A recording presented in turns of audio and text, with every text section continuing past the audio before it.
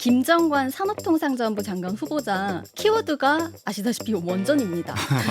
그룹 내에서 되게 승승장구한 비결 중에 하나가 바로 원전 수주 확대에 좀 기여했다. 이런 공로를 좀 인정받은 걸로 알려졌거든요. 네. 환경부는 예. 재생에너지의 비중을 중요시 생각하는 분이 이제 장관 후보가 되고 네. 기존에 이제 산자부 아마 이제 에너지 파트가 공약대로 떼어 나온다면 이제 산업 통상을 주로 하게 되겠죠. 그렇죠. 여기에서는 또 원전 업계에서 또 네. 경력을 쌓은.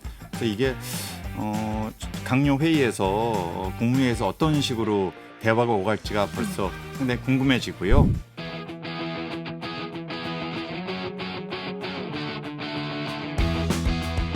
기후의 눈으로 경제를 읽다. 안녕하세요. CBS 기후로운 경제생활에 오신 것을 환영합니다. 저는 진행을 맡은 홍종호입니다. 한 주 동안 세계 각지에서 벌어진 기후 현안 전해드리는 주간 기후 브리핑 시간입니다. 오늘도 CBS 경제부 최소연 기자 나와 계세요. 안녕하세요. 네, 안녕하세요. 오늘 어떤 이야기 또 준비해 주셨습니까? 네, 에너지 전환 장관의 김성환, 김정관, 용산엔 이유진. 네, 환경부 장관 지명 소식, 또 산자부 장관 지명 소식, 그리고 대통령실의 기후환경에너지 비서관 이 소식 상당히 흥미 있어요. 네, 좀 인선이 얘기 좀 해주시죠. 예, 요즘 가장 뉴스 네, 재미있는 그럼요. 인선입니다. 이재명 대통령 핵심 공약 중에 하나가 에너지 전환이잖아요. 이 정책 실행에 옮길 일단 진용이 좀 갖춰졌다고 볼 수 있습니다. 우선 주무부처 중에 하나인 환경부 장관에 이제 지난 23일에 민주당 3선 김성환 의원 지명이 됐고요. 김성환 의원이 이번 21대 대선 과정에서 이제 민주당 선대위 공동정책본부장 하면서 이 대통령의 기후 에너지 정책을 설계한 인물로 알려져서 굉장히 주목을 받고 있습니다. 이 7월 한 중순쯤 이제 국회 인사청문회가 열릴 걸로 보여요. 그래서 워낙 국회 있을 때부터 아시다시피 재생에너지 관련해서 입법 활동 적극적으로 해오셨기 때문에 좀 무난한 통과 좀 예상되는 분위기입니다.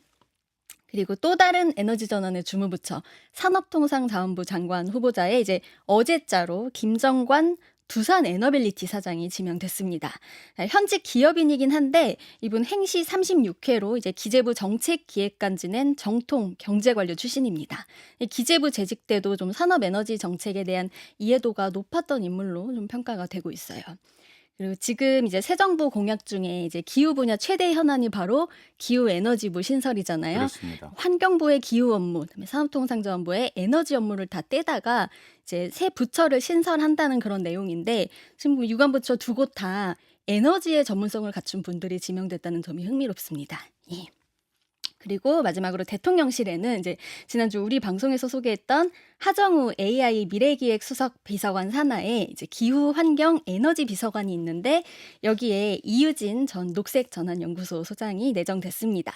전임 정부에서는 이게 원래 과학기술 수석 산하에 기후 환경 비서관이라는 직책이 있었는데 이번에 명칭이 변경되면서 에너지가 추가된 게 좀 주목되는 부분입니다. 네, 이분들이 다 저하고는 이런 제 연구 분야 또 관심 분야 또 연결돼서 아는 분들인데 좀 더 자세하게 소개해 주실까요? 네, 일단 김성환 환경부 장관 후보자 살펴보겠습니다.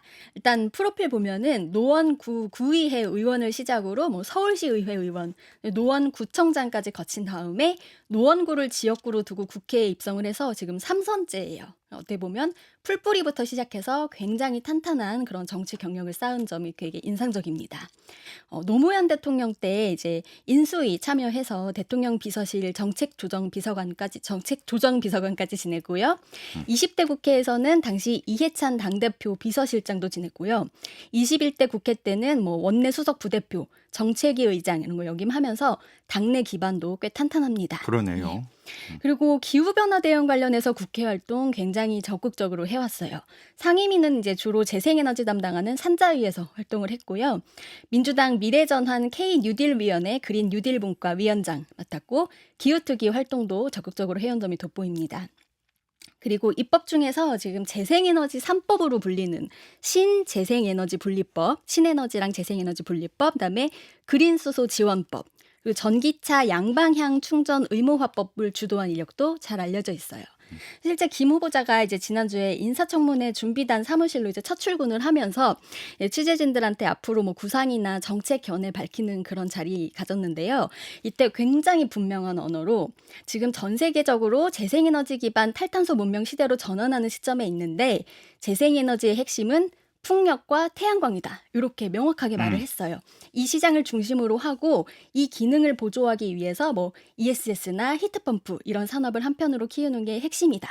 이렇게 설명을 해서 앞으로의 정책 방향 기대가 됩니다. 네. 교수님 좀 더 소개해 주세요. 뭐 워낙에 다 설명 잘 해주셨고 이분이 이런 어떤 기조연설이나 이렇게 인사말 할 때 보면 문명이라는 말을 많이 씁니다. 이 맞아요. 기후 위기 시대에 새로운 문명이 탈탄소 문명이 도래했다. 예. 원래 자주 쓰는 네, 그 자주 쓰는 단어죠. 표현이에요. 그래서 그런 걸 보면 상당히 네. 어떤 문명사적으로도 지금이 21세기가 아주 중요하다. 그래서 사실 에너지 없이는 경제 성장이 불가능하잖아요. 그런데 이 에너지의 공급 방식 자체를 아주 완전히 바꿔야 된다. 재생의 중심으로 이런 생각이 상당히 확고한 분이 아닌가 하는 생각을 이제 하게 됩니다. 증기 기간이 재생에너지로 넘어가는 그래요. 네. 예. 그리고 김성환 후보자가 사실은 제일 기자들이 궁금해한 점은 원전에 대해서 어떻게 생각하실지 뭐 이런 거였어요. 이때 여러 가지 질문을 했는데 사실 정말 이렇게 알고 싶은 분은 많이 회피를 하셨는데 이렇게 명확하게 밝힌 건 있어요. 주 에너지원이 재생에너지고 기왕에 만들어 놓은 원전은 보조다. 이렇게 얘기를 하면서 100 중에 재생에너지가 90이면 원전은 한 10 정도로 일단 가져가겠다고 밝혔어요. 이재명 대통령의 공약이랑 약간 비슷하면서 네. 조금 더 급진적이라고 봐야 될까요? 사실은 이 표현 자체가 예. 현재는 원전의 전력 공급 비중이 훨씬 32%고 예. 재생에너지가 10% 정도 되기 때문에 아마 이 수치가 이 비중을 당장 이렇게 바꾸는 건 불가능하잖아요. 그렇죠. 현재는 완전히 반대이기 때문에. 그런데 아마 앞으로 정책의 우선순위랄까, 또 투자액이랄까, 또 어떤 전력 설비량의 어떤 비중 이런 것들을 지금부터 시작해서 재생에너지에 높게 두겠다. 뭐 이런 취지가 아닌가 싶어요. 그만큼 대폭 확대하겠다. 네, 예. 그런 거죠. 자, 반면에 정말 흥미로운 지점이에요. 김정관 산업통상자원부 장관 후보자 키워드가 아시다시피 원전입니다. 일단 두산 에너빌리티 현직 사장이란 점이 가장 먼저 눈에 들어와요. 이 새 정부 취임하고 요즘에 제일 잘 나가는 기업, 맞습니다. 코스피 고공행진 주도하는 기업 중에 하나가 바로 두산 에너빌리티잖아요. 또 국내 원전 설비 공급하는 주요 핵심 회사잖아요. 맞습니다. 김정관 후보자가 기재부 관료로 막 요직을 두루 거치다가 두산으로 갔어요. 원래 기재부 선배였던 문홍성 당시 두산 사장이 영입한 걸로 좀 전해지고 있죠. 이 그룹 내에서 되게 승승장구한 비결 중에 하나가 바로 원전 수주 확대에 좀 기여했다. 이런 공로를 좀 인정받은 걸로 알려졌거든요. 네. 최근 그 말 많고 탈 많았던 체코 두코바니 원전 건설 사업 수주하는데도 되게 주도적인 역할을 했다고 알려져 있습니다. 그렇다 보니까 아마 국회 인사청문회 때 김정관 후보자의 원전 관련 입장에 대해서 좀 집중적인 정책 검증이 이뤄질 걸로 예상됩니다. 자, 이재명 대통령이 20대 대선, 21대 대선 거치면서 밝힌 원전 관련 입장은 한 단어로 요약하면 감원전입니다. 탈원전도 아니고 친원전도 아닌 감원전. 그러니까 기왕에 가동 중인 원전은 유지하겠다는 거. 그러니까 아까 김성환 환경부 장관 후보자가 한 말이랑 약간 비슷한데 21대 대선 들어서 조금 실용적인 발언들이 많이 나왔어요. 전기 공급의 필요성과 위험성 사이에서 어느 한쪽을 일방적으로 선택하기는 어려울 것 같다. 그다음에 상황에 따라 필요한 만큼 안정적으로 이용할 수 있도록 만들겠다. 이런 발언들이 나와서 원전 관련 입장, 정책 변화 이런 것들 되게 궁금해하시는 분들 많은데 저는 이번에 김정관 산업통상자원부 장관 후보자를 지명한 것 자체가 원전에 관해서 조금 실용적인 입장을 반영한 거 아닌가 하는 생각이 들었습니다. 교수님 어떻게 보세요? 이 어려운 질문이에요. 네. 왜냐하면 제가 대통령의 마음을 다 알 수가 없기 때문에. 그런데 어쨌든 환경부는 재생에너지의 비중을 중요시 생각하는 분이 이제 장관 후보가 되고 또 기존에 이제 산자부 아마 이제 에너지 파트가 공약대로 떼어 나온다면 이제 산업 통상을 주로 하게 되겠죠. 그렇죠. 여기에서는 또 원전 업계에서 또 경력을 쌓은. 그래서 이게 강요 회의에서 국무회의에서 어떤 식으로 대화가 오갈지가 벌써 상당히 궁금해지고요. 그만큼 아마 대통령의 그런 방향성 그리고 부처의 생각의 차이를 이제 통합하는 뭐 이런 어떤 정책 조율 이런 게 또 중요해질 것 같고 이게 상당히 중요한 관전 포인트가 아닐까 음. 그런 생각이 듭니다. 네, 어떻게 보면 사회적 공론화도 좀 더 유연하게 할 수 있는 그런 계기가 네, 될 수도 좋게 보면 그럴 있겠네요. 수 있을 것 같아요. 또 자칫하면 또 네. 갈등이 더 심화되는. 예. 네, 그럴 그렇죠. 수도 있고요. 그렇죠. 왜냐면 사회적으로 네. 친원전에 대한 생각이 있는 분들이 있고 음. 또 원전 안 된다 여러 가지 이유로 또 이런 분들이 우리 사회에 또 공존하고 있기 때문에 네. 잘 만들어 가도록 해야죠. 예. 당연히. 자, 참고로 제가 두산 에너빌리티에 대해서 너무 원전 기업인 것처럼 몰고 가서 좀 부연을 네. 드리면, 자, 원래 두산 하면은 옛날에 두산중공업이 아무래도 원전이랑 뭐 화력발전소 사업 비중이 커서 좀 그때 이미지가 강렬하긴 합니다. 그런데 시대 변화에 발맞춰서 재생에너지에도 투자를 해온 기업이에요. 그러니까 2022년에 사명을 이제 두산 에너빌리티로 변경을 하면서 본격적으로 좀 청정 에너지 전문 기업의 이미지로 좀 변모해온 측면이 있어요. 그래서 뭐 차세대 원전인 뭐 SMR에도 좀 투자를 하고 있긴 하지만 동시에 수소, 해상풍력, 그다음에 ESS 사업 적극적으로 진행하면서 글로벌 에너지 솔루션 기업으로 변모하겠다. 이런 입장을 밝힌 그래요. 기업입니다. 예. 자, 그러면 대통령실도 중요하죠. 아무래도 대통령을 지근거리에서 보좌하는 예. 그런 역할이기 때문에 이유진 기후환경에너지 비서관 소개 좀 해주세요. 예, 이번 인선 포인트는 기후환경 비서관에 처음으로 시민사회단체 출신 분이 이제 지명이 맞아요. 됐다는 거, 이게 좀 주목을 받았는데요. 자, 유진 소장은 환경단체 녹색연합 기후에너지국에서 1999년부터 활동을 시작했습니다. 그러니까 20년 넘게 이 시민사회의 기후변화 대응 활동을 적극 참여해온 그런 인물이죠.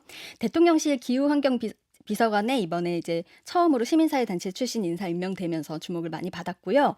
그다음에 또 진보 정치 운동도 오랫동안 해온 맞아요. 인물이기도 합니다. 자, 한국의 녹색당이 2012년에 이제 처음 생겼는데 창당 멤버고요. 같은 해 비례 1번으로도 나왔습니다.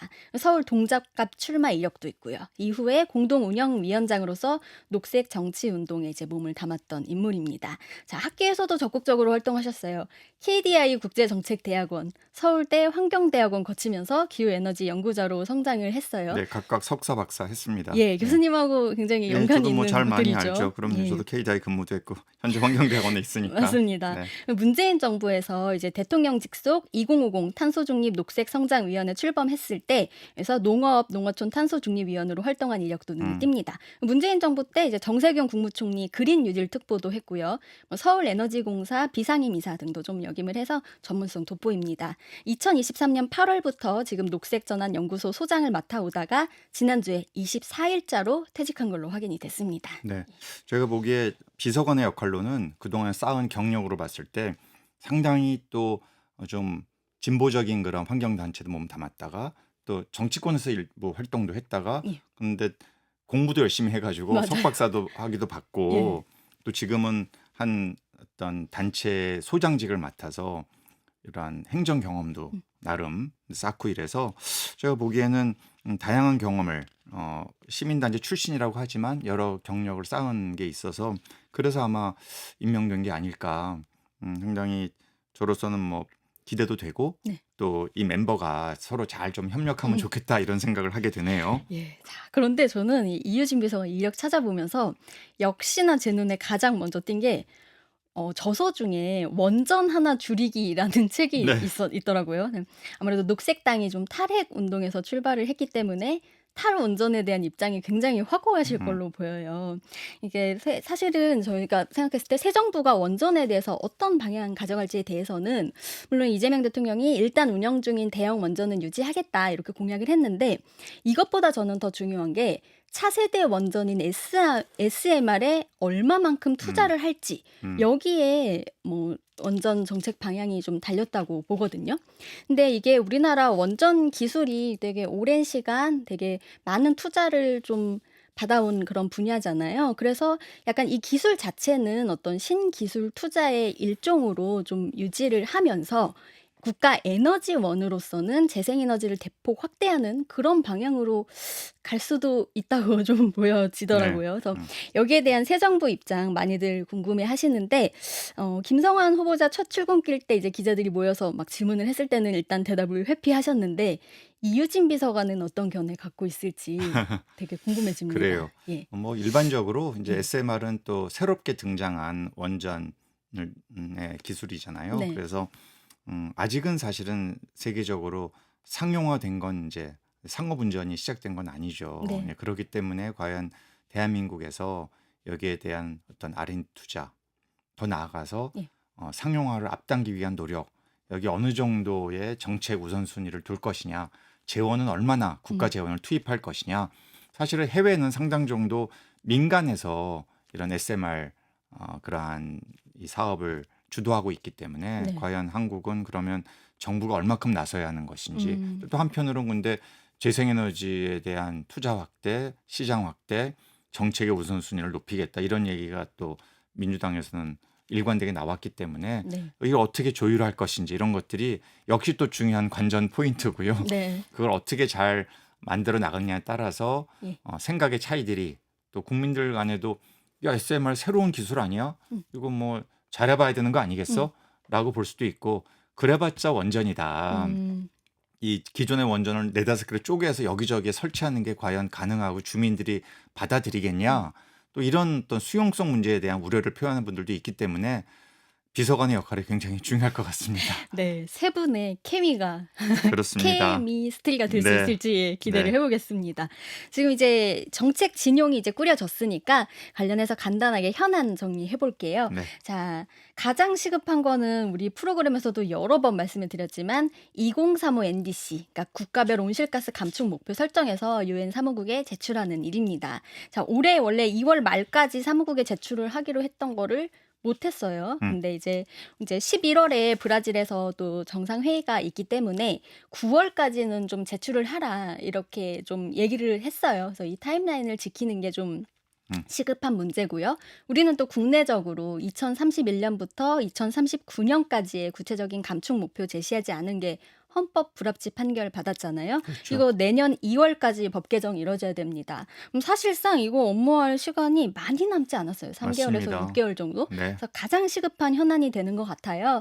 여기에 대해서 이제 김성환 환경부 장관 후보자가 지난 3년간 사실상 재생에너지 비중이 축소 후퇴됐기 때문에 얼마나 빨리 만회할 수 있느냐가 관건이 될 것 같다. 이렇게 말했어요. 그래서 좀 야심찬 목표를 설정하게 되지 않을까. 이런 기대를 모으고 있습니다. 그리고 우리가 원래 2030 NDC 목표 잡을 때 2018년 대비 40% 감축하고 재생에너지 비중을 30%로 높이는 목표 잡았는데요. 이게 지금 5년 남았잖아요. 근데 한국에너지공단에 따르면 이게 신에너지랑 재생에너지 다 합쳐도 작년에 10.6% 겨우 달성했다고 하는데 이게 지금 OECD 꼴찌 수준입니다. 네. 갈 길이 멀어요. 그래서 국가인권위원회가 지난주에 2035 NDC 짤 때 2019년 대비 60% 감축해야 된다. 이렇게 권고를 했습니다. 네. 이게 뭐 급진적인 것도 아니고 그냥 국제 기준에 맞추자는 거예요. 네. 선진국 하는 수준만큼은 하자 이런 건데 새 정부 목표 얼마나 잡을지 그리고 구체적인 재생에너지 확대 계획 앞으로 어떻게 구상할지 주목됩니다. 예, 이 방향 설정하고 나면은 이제 이거를 진짜 이제 이루기 위해서 정책 추진 과제들이 나올 것 같아요. 좀 구체적으로 뭐 생각할 수 있는 게 전기차 보급 확대하고 집집마다 뭐 태양광 패널이나 히트펌프 설비 같은 거 설치하고 이런 산업들 키우고 기술 개발해서 그러니까 새로운 경제 성장 동력으로 활용을 하겠다 이렇게 밝혔으니까 구체적인 세부 과제 제시가 될 텐데 유의미한 정책이 나올 때마다 우리 프로그램에서도 좀 소개를 해보려고 합니다. 네. 이제 뭐 새 정부가 들어와서 어떤 글로벌하게도 이러한 탄소 감축에 대한 흐름을 쫓아가겠다. 네. 또 국내적으로도 재생에너지 비중을 확대하겠다 이런 논의들이 계속 있었으니까 이것을 현실화시키는 것, 네. 정책화시키는 것, 또 국회가 여기서 필요한 법을 입법 활동을 하는 거 이런 것들이 다 갖춰줘야 또 대통령 리더십은 뭐 가장 기본이고요. 이렇게 돼야 이런 것들이 가시적인 성과를 낼 수 있지 않을까 싶습니다. 네. 자, 지금까지 첫 번째 이슈 살펴봤습니다.